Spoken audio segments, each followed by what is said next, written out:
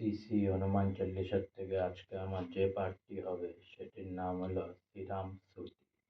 ভয়ে প্রকট কৃপালা দীন দয়ালা কুশীলা হিতকারী হর্ষিত মহতারি মণি মনহারি অদ্ভুত রূপ নিহারি লোচন অবিরাম তনু ঘনশ্যাম নিজ আয়ুত ভুজধারী ভুজন বনমালা নয়ন বিশালা শোভা সিন্ধু খরারি কহ দুঃ কর চৌরি অশ্বতী থরি কেয়ি বিধি কর অনন্তা মায়াগুণ জ্ঞানাতীত অমানা বেদ পুরাণ অনন্তা করুণা সুখ সাগর সব গুণ আগর যেহি গাবই শ্রুতি সন্তা সো মম হিত লাগি জন অনুরাগী পকট ভয়ে শ্রীকান্তা ব্রহ্মাণ্ড নিকায়া নির্মিত মায়া রোম রোম প্রতিবেদ কহ সো মম উর্বাসী ইয় উপবাসী শুনতে ধীর মতি ধীর তীর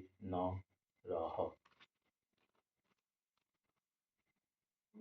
উপজা জগ জ্ঞানা প্রভু শুষ্কানা চরিত বহুত বিধি কিন্হ চহ কহি কথা শুনাই মাত বুঝাইঙ্গ যেহি প্রকাশ সুত প্রেম লহ মাতা পুনি ভোলি সো মতি ডোলি তজ্জহু তাত ইহ রূপা কিজ শিশু লীলা অতি প্রিয় লীলা ইহ সুখ পরম অনুপা শুনি বচন সুজানা রোদন ঠানা হই বালক সুর ভূপা মহাচরিত যো গাবহি হরিপদ পাবাহি তেন পরাহি ভবগীপা ইতি শ্রীরাম স্তুতি।